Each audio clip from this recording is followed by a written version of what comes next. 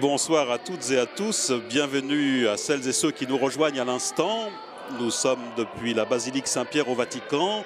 Nous nous retrouvons pour la retransmission de la célébration des premières vêpres de ce premier dimanche de l'Avent.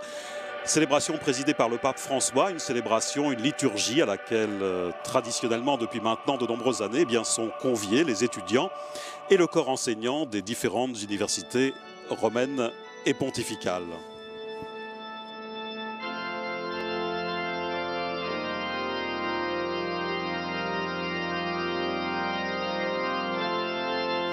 Cette liturgie des vêpres a été précédée cet après-midi par un temps de prière avec la récitation du chapelet sous la conduite du cardinal vicaire Agostino Vallini, qui a accueilli l'icône de Marie, siège, trône de la sagesse, patronne des étudiants, icône présente à chacune de ces rencontres annuelles.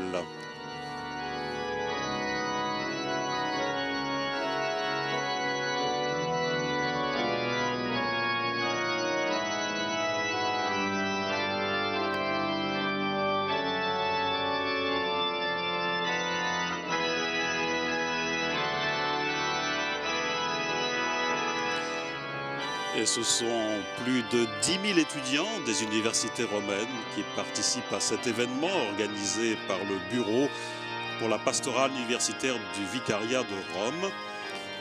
Le Saint-Père présidera donc cet office des vêpres et puis à l'issue de la célébration, l'icône Marie, trône de la sagesse, sera remise à une délégation universitaire française pour une année.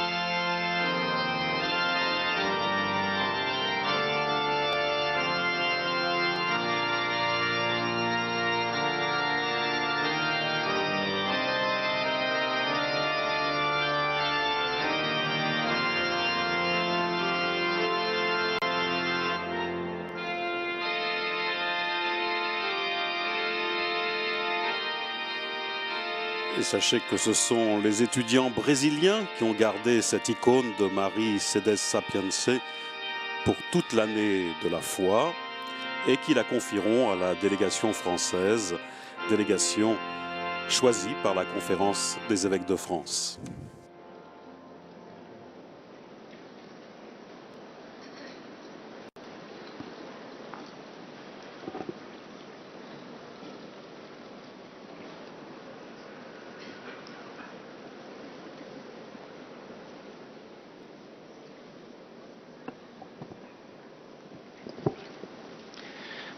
Santo Padre, Saint-Père, les enfants de l'Église de Rome, les jeunes qui fréquentent l'université fondant en 1303 par le pape Boniface VIII la sagesse et la Sapienza et les autres universités romaines sont ici avec vous, pour prier avec vous, notre évêque, une prière qui est espérance. Que sont les jeunes si on enlève l'espérance?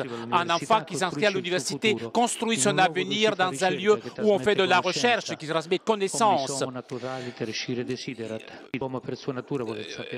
L'homme veut connaître par sa nature. De nouveau, nous les chercheurs, nous identifions à Saint Thomas, qui n'était pas avec Jésus lorsqu'il ressuscité. Si je ne vois pas, je ne crois, je ne pourrais pas croire. Saint Thomas qui était élève de Thalès. Thomas ne met pas le doigt. Il demande une vérification empirique. Il demande en s'exclamant, « Seigneur, mon Dieu, alors Seigneur, augmente ma foi. » Afin que ça n'arrive comme la lettre de Saint Paul aux Romains, qui se vantait d'être sage, alors qu'il avait perdu de vue les imperfections du monde. Dans la recherche, on est comme Ulysse qui part à la recherche de la connaissance, comme Alexandre qui cherche la façon pour s'orienter. Il faut chercher une vérité avec l'humilité de connaître d'autres vérités. Et comme dit le psalmiste, c'est moi qui enseigne à l'homme la sagesse. Puisqu'un chercheur dans la vigne de la connaissance de la vérité dans nos universités romaines, ouvrier dans l'une des paroisses de l'évêque de Rome, avec des étudiants qui viennent d'autres régions et paroisses du monde. Pour cela aussi, nous ne pouvons pas ignorer les événements dramatiques, des gens qui fuient la guerre, ou alors des gens qui meurent sur nos rivages, ont survécu à Auschwitz, qui hier à la Sapienza nous a donné une leçon. Des lois racistes l'avaient empêché d'étudier. Une étudiante qui n'avait pas pu étudier. L'injustice n'est pas éloignée. Elle est là, parmi nous, qui frappe des familles, des jeunes, perte et absence de travail. Le premier enfant qui étudie à l'université, le deuxième qui travaille au noir pour pouvoir permettre à son frère d'étudier. Si l'espérance meurt, s'il n'y a plus l'école, que deviendra notre société? Penso alle graduatorie nazionali usannate da chi appartiene ai ceti più elevati, diviene vantaggio certo per chi ha avuto opportunità maggiori. Una parola forte. Nous devons trouver égalité des chances. Nous ne devons pas tuer l'espérance. On doit garantir la possibilité à tous d'étudier. Notre vie est soumise à la règle du plus fort, à la règle d'une déségalité. On a fait des coupures à l'école, au social. Tous obéissant à la finance. La classe moyenne est désespérée. Dans ce moment de crise, on a besoin plus que de jamais de retrouver les valeurs que vous nous offrez, vous, notre évêque, vous qui êtes venus de terres éloignées. Vous nous rappelez l'espérance, la charité. Science et foi ne suffisent pas. Il faut laisser la porte ouverte aux autres. La science sans la charité est rien. La charité est laisser toujours sa porte ouverte. La porte ouverte au dernier et contrebalancer les inconvénients du départ pour ceux qui avaient moins de chance et qui ne pouvaient donc pas accéder à l'école. Il n'y a pas seulement les agences, il y a aussi notre conscience. On nous demandera comment nous avons utilisé nos talents. Bien sûr, dans un monde où on parle toujours de l'avoir et pas de l'être, c'est difficile de ne pas céder aux lois de la finance. Mais nous devons revenir aux valeurs que vous nous rappelez tous les jours, Saint-Père, pour les croyants et les non-croyants. Et donc, on peut créer donc une communauté, même ici à l'université. Suivre le Seigneur ensemble, le Seigneur avec vous, notre évêque, ensemble comme communauté, aidés par les prêtres de la pastorale universitaire, dans les églises de nos universités, des paroisses particulières qui attendent votre visite. Joyeux Noël, bon Noël, Saint-Père. Voici pour le mot d'accueil d'un des recteurs des universités. Ce mot d'accueil et d'introduction au Saint-Père.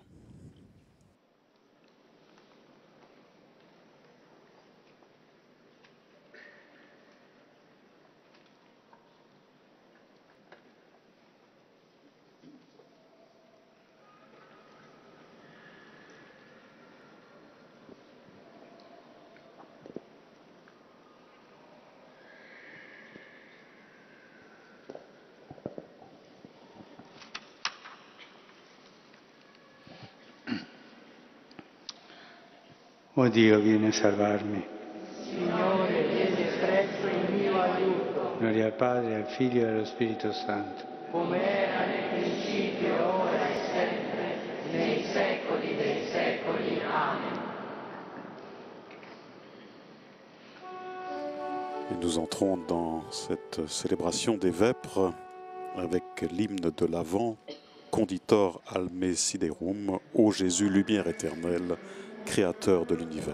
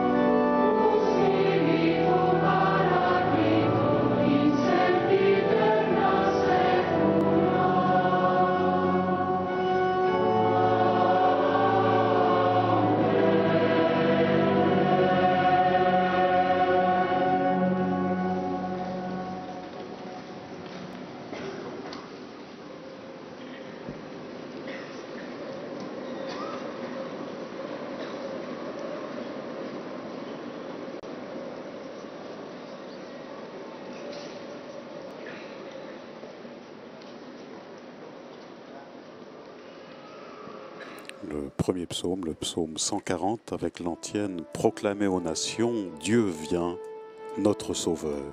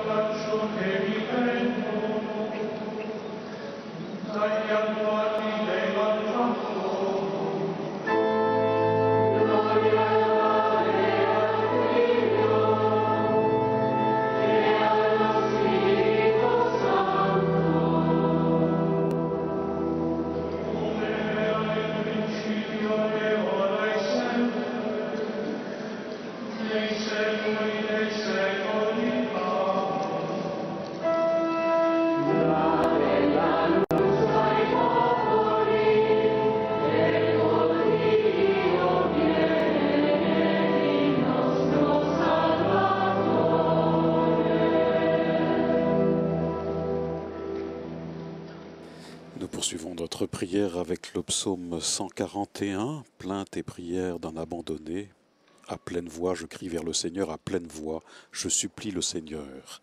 L'antienne, voici le Seigneur vient et avec lui tous ses saints. En ce jour-là, brillera une grande lumière. Alléluia.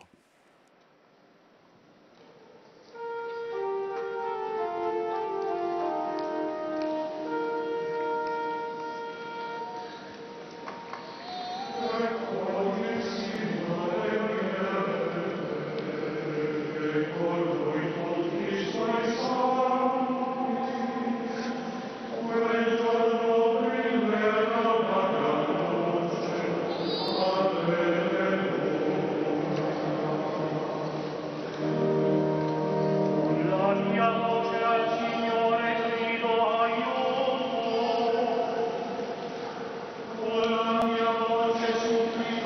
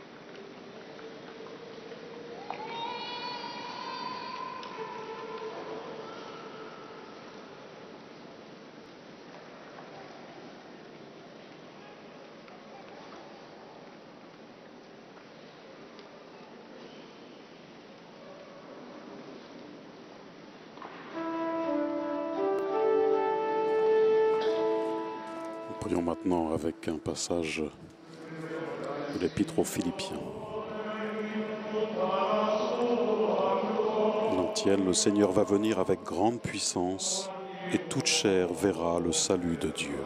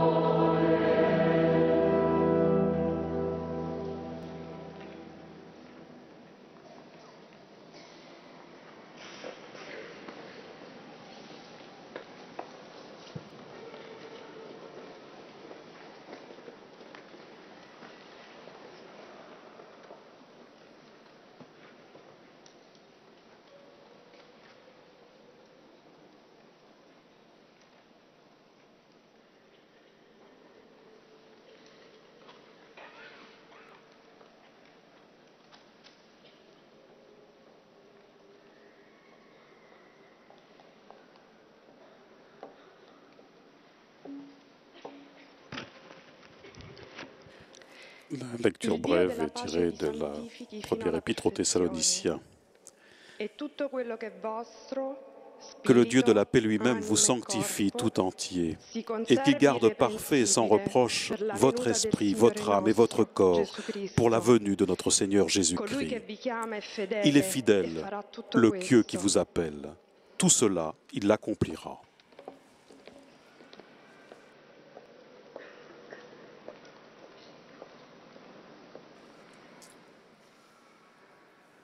Nous écoutons maintenant l'homélie du pape François en ses premières vêpres du premier dimanche de l'Avent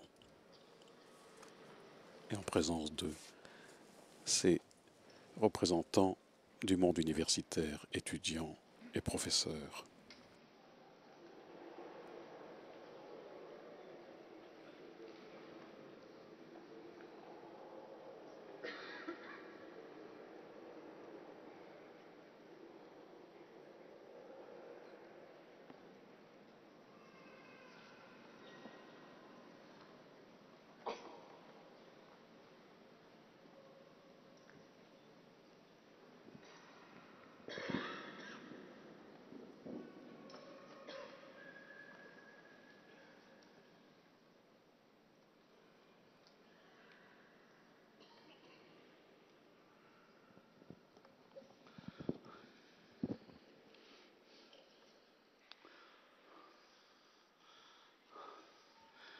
Se renouvelle aujourd'hui le rendez-vous traditionnel de l'Avent avec les étudiants des universités de ce diocèse, rendez-vous auquel s'unissent les recteurs et les professeurs des universités romaines et italiennes. Je salue tous cordialement le cardinal vicaire, les évêques, le maire, les différentes autorités académiques et institutionnelles, les assistants des aumôneries et des groupes universitaires. Mais je vous salue tout particulièrement, vous, chers étudiants universitaires. Le souhait que saint Paul adresse aux chrétiens thessaloniques, afin que Dieu le sanctifie jusqu'à la perfection, démontre d'un côté sa préoccupation pour leur sainteté de vie qui était mise en danger, et de l'autre côté une grande confiance en l'intervention du Seigneur. Cette inquiétude de l'apôtre est valable pour nous aussi, les chrétiens d'aujourd'hui. La plénitude de la vie chrétienne que Dieu réalise chez les hommes est en effet toujours minée par la tentation de céder à l'esprit mondain. Pour cela, Dieu nous donne nos aides grâce auxquelles nous pouvons persévérer et préserver les dons que le Saint-Esprit nous a donnés. La vie nouvelle dans l'Esprit qui, lui, nous a donné, gardant cette lymphe salutaire de notre vie. Tout notre être, esprit, âme et corps se gardent de façon irrépréhensible et intègre. Mais pourquoi Dieu, après nous avoir donné ces trésors spirituels, doit intervenir pour les garder intègres? Voilà une question que nous devons nous poser, puisque nous sommes faibles, mais nous le savons. Notre nature humaine est fragile, et les dons de Dieu sont gardés en nous comme des pots fragiles, des pots de verre. Voilà, c'est ça la faiblesse. L'intervention de Dieu au profit de notre persévérance jusqu'au bout, jusqu'à la rencontre définitive avec Jésus, est l'expression de sa fidélité.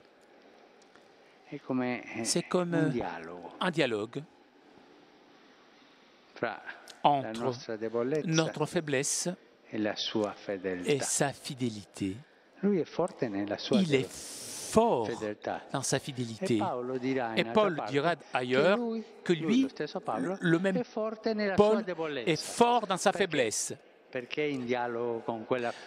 Parce qu'il est en dialogue avec Dieu, avec cette fidélité de Dieu. Et cette fidélité de Dieu ne déçoit jamais. Il est fidèle tout d'abord à lui-même. Donc, l'œuvre qu'il a commencée en chacun d'entre nous avec son appel, il le mènera à bon port.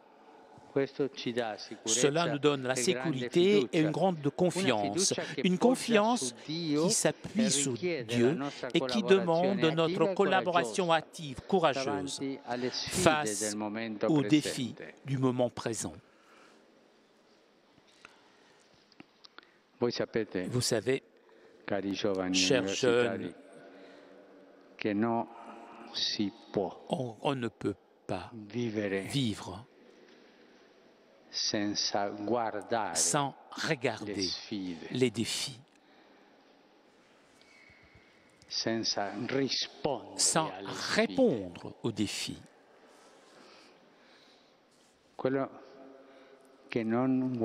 Celui qui ne regarde pas les défis, qui ne répond pas aux défis, ne peut pas vivre. Votre volonté vos capacités avec la puissance de Saint-Esprit qui habite en chacun d'entre vous depuis votre baptême vous permettent d'être pas des spectateurs, mais des protagonistes des événements d'aujourd'hui. S'il vous plaît, il ne faut pas regarder la vie depuis le balcon. Allez, rentrez dans la vie. Allez là où il y a les défis.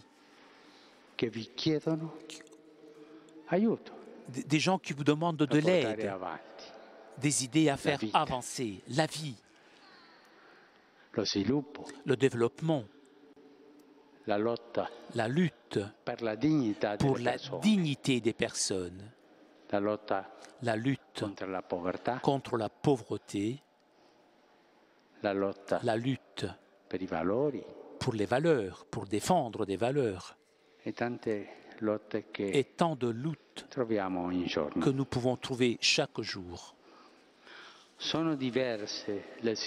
Différents sont les défis que vous, jeunes universitaires, vous êtes appelés à affronter avec une force intérieure et avec une audace évangélique, force et audace. Le contexte socioculturel dans lequel vous êtes intégrés et parfois est alourdi par la médiocrité et par l'ennui.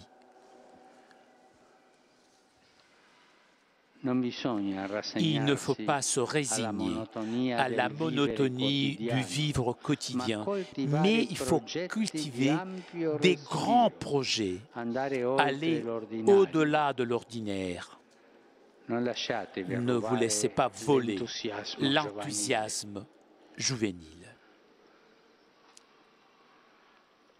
Ce serait une erreur aussi que de se laisser emprisonner par la pensée faible, par la pensée uniforme. Ce qui homologue, qui nivelle le tout, ou par une globalisation entendue comme homologation, comme nivellement. Pour dépasser ces dangers, le modèle à suivre, ce n'est pas la sphère. Le modèle à suivre, la globalisation, c'est bon. Ce n'est pas la sphère où tout est nivelé, toute différence disparaît. Le modèle est le polyèdre qui inclut aussi une multiplicité d'éléments et respecte l'unité dans la variété. Défendre l'unité, défendons aussi la diversité. Cette unité ne serait pas humaine.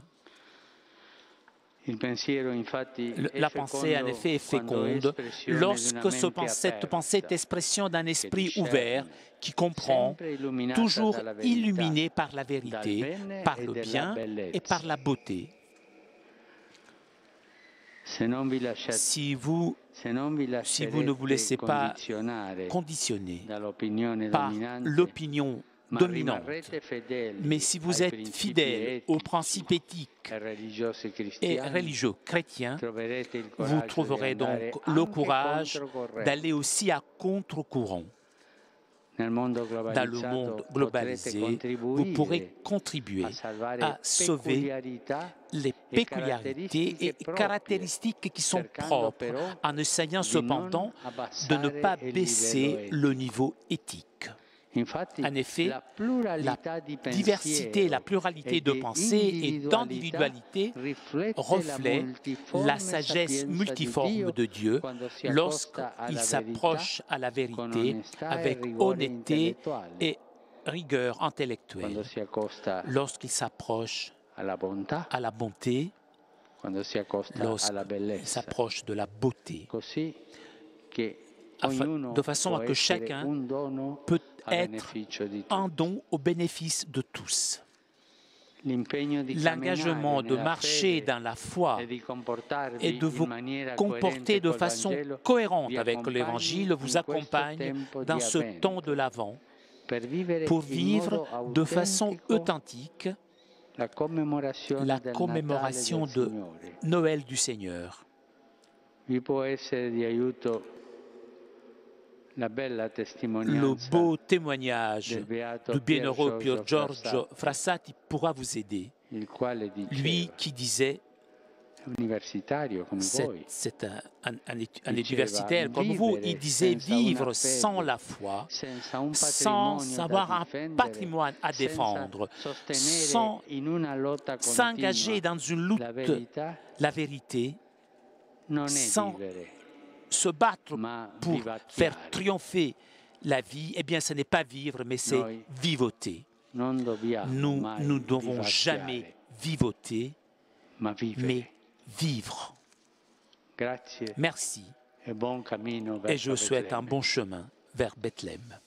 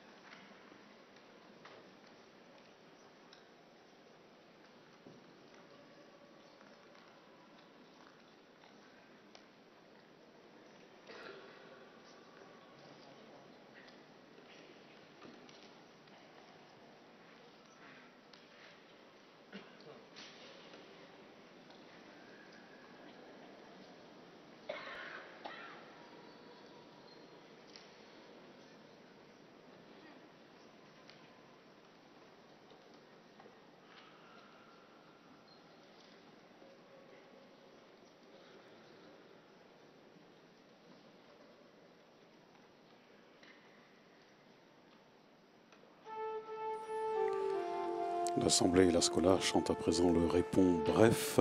Montre-nous, Seigneur, ta miséricorde.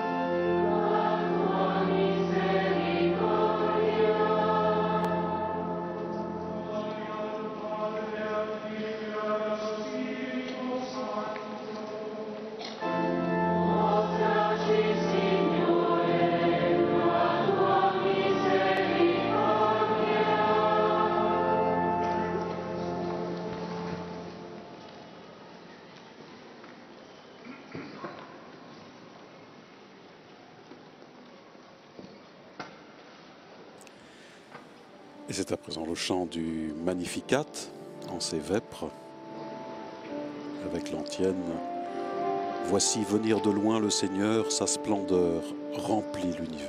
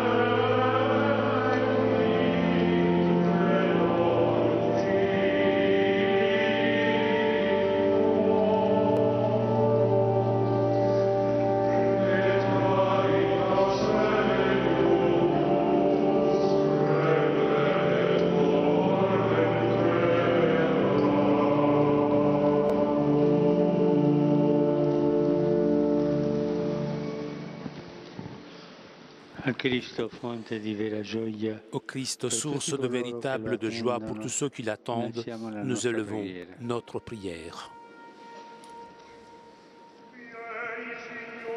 Viens, Seigneur, ne tarde pas.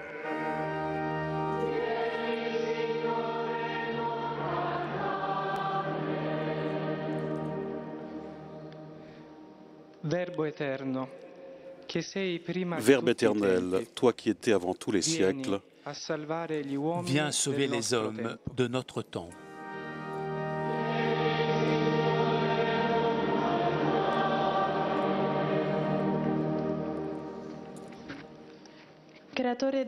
Créateur de l'univers et de tous ses habitants, viens racheter l'œuvre de tes mains.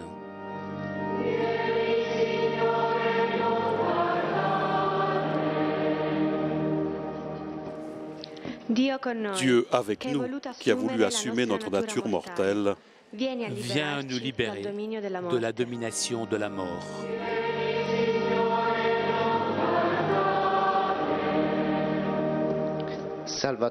Sauveur, qui est venu pour que les hommes aient la vie et qu'ils l'aient en abondance, viens nous communiquer ta vie divine.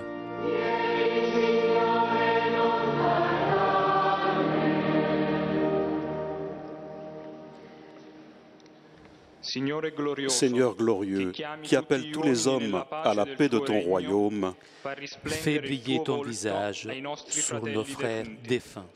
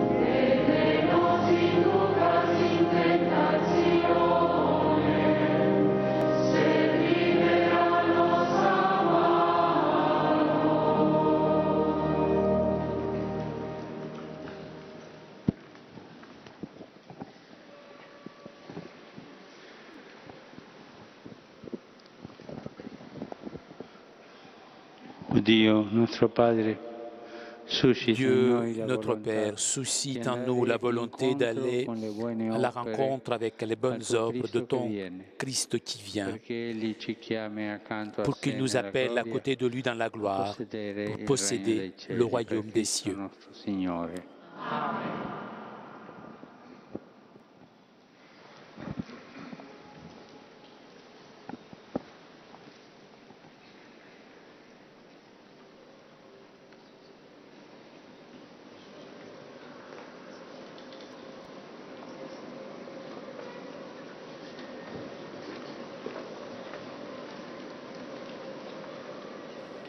Et selon la coutume dans ces rendez-vous annuels, eh bien, une étudiante s'adresse au pape. Saint-Père, je vous salue au nom de tous les universitaires romains, même ceux qui sont venus loin de Rome. Cette année, c'était pour nous une année très importante. Nous avons encore dans nos yeux les images des JMJ à Rio de Janeiro, qui a impliqué des milliers d'enfants, de jeunes de tous les continents, qui n'auraient jamais pu expérimenter cette joie de se rencontrer entre eux, de vous rencontrer et de pouvoir vous écouter. Vos paroles, à l'occasion de la veillée de Copacabana, nous ont frappés, surtout l'invitation. S'il vous plaît, ne laissez pas que les autres soient des protagonistes des changements. L'avenir, vous les jeunes, vous appartient.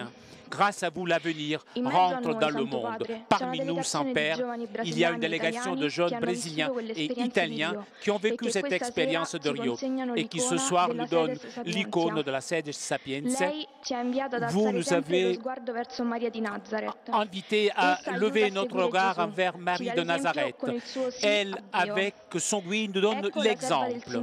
Voici la servante du Seigneur, qu'elle addevienne selon ta parole. Et nous disons, nous aussi avec Marie à Dieu, que cela advienne selon ta parole. Avec elle, nous voudrions confier nos icônes mariales aux universitaires français. Vous pourrez me demander comment est la vie de nous les universitaires. Eh bien, c'est difficile. Nous n'avons presque plus d'espérance, mais nous devons quand même trouver la force d'avancer pour essayer de réaliser les rêves de notre vie, comme dans des moments du pèlerinage à Assise.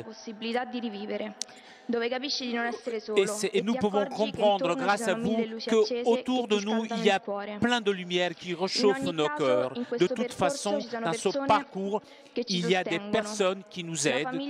La famille, tout d'abord, avec cet amour qui nous appartiendra toujours, cet amour qui s'inquiète de toi et pour toi.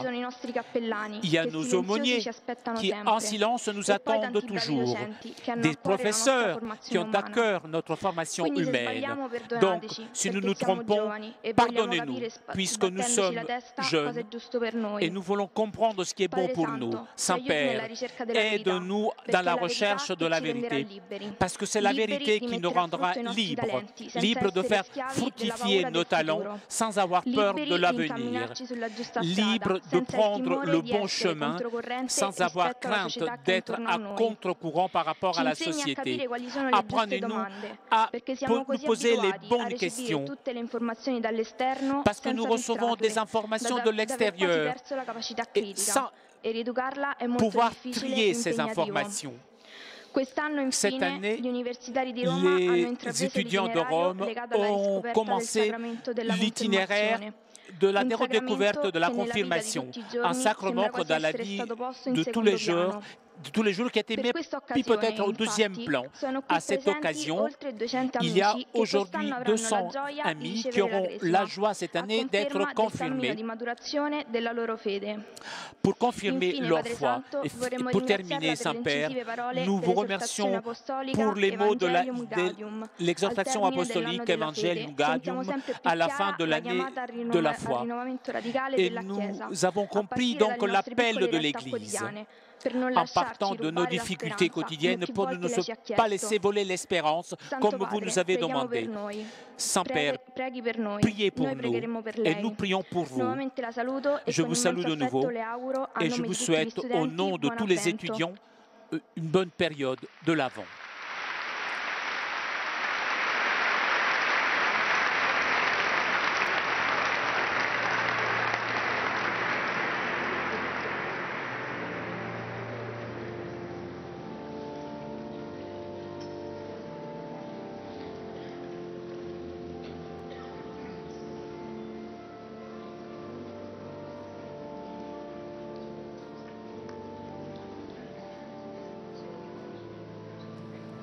Et voilà qu'à présent, eh bien, la délégation universitaire du Brésil va donc confier l'icône Maria Cedes Sapiense à la délégation universitaire française. Cette icône que vous voyez ici à droite de votre écran, présente durant toute cette célébration, cette liturgie.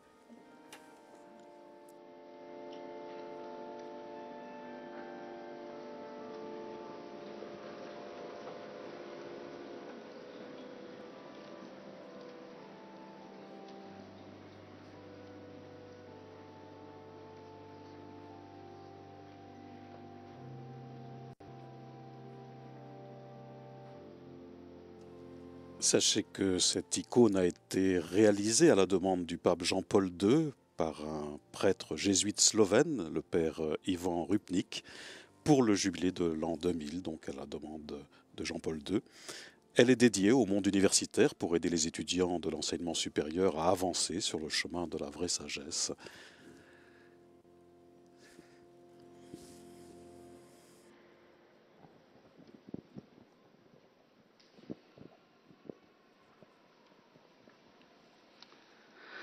Signore sia con voi, sia benedetto il nome del Signore, ora e sempre. Il nostro aiuto nel nome del Signore. Egli ha fatto cielo e terra. Benedica Dio Onnipotente, Padre e Figlio e Spirito Santo. Amen. Ripete. Item in pacem. Amen.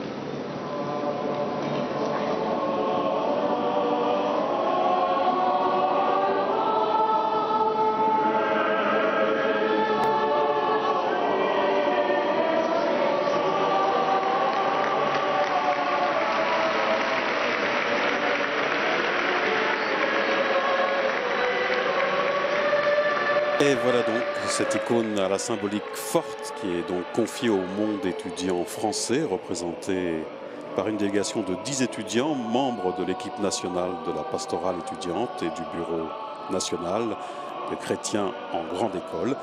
Cette délégation du réseau Ecclesia Campus, service de la Conférence des évêques de France, eh bien, aura pour mission à présent de la faire circuler dans les lieux étudiants français durant toute une année.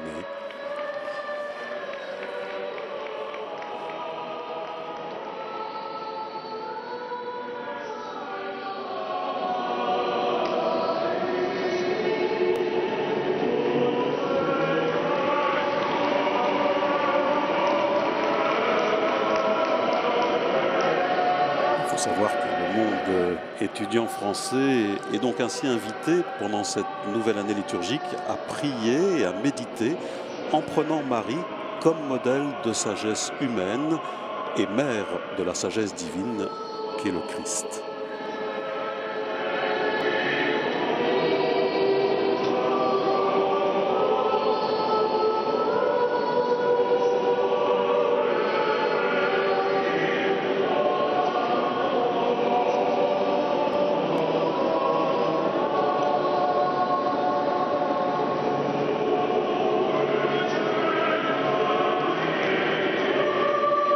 Sachez encore qu'actuellement, en plein renouveau et développement, eh bien, la pastorale étudiante en France rejoint 12 000 étudiants à travers 150 aumôneries étudiantes et 80 communautés chrétiennes présentes dans 100 villes universitaires.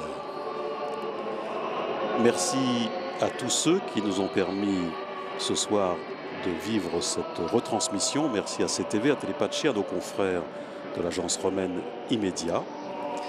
Merci à Flavio Esposito pour ses traductions, à Laure à la diffusion pour KTO. Merci surtout à vous tous de votre grande fidélité.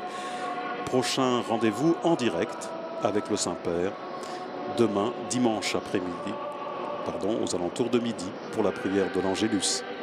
Bonne soirée à toutes et à tous sur KTO.